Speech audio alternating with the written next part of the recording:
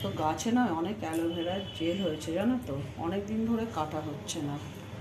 কেটে ভাবি যে জেল বানিয়ে রাখবো, তো যাই হোক কাজ করতে করতে অনেকটা টাইম চলে যাচ্ছে, কাটা আর হচ্ছে না। রোজই ভাবি করবো করবো, তো আজকে দেখো নিয়ে বসে পড়েছি। দেখো কত, আর এইগুলো না, এই দেখেছো এইগুলো শুকনো হয়ে যাচ্ছে, এগুলো কাটতেও অসুবিধা, কিন্তু কি করব, টাইম হচ্ছিল না। তো যাই হোক, পুজোর সময় সবাই পার্লার যাচ্ছে যাচ্ছে, আমি তো এইসব পার্লারে টার্লারে যাই না। তো আমি যতটুকু কিছু যদি মনে হয় করি, তো বাড়িতেই করি।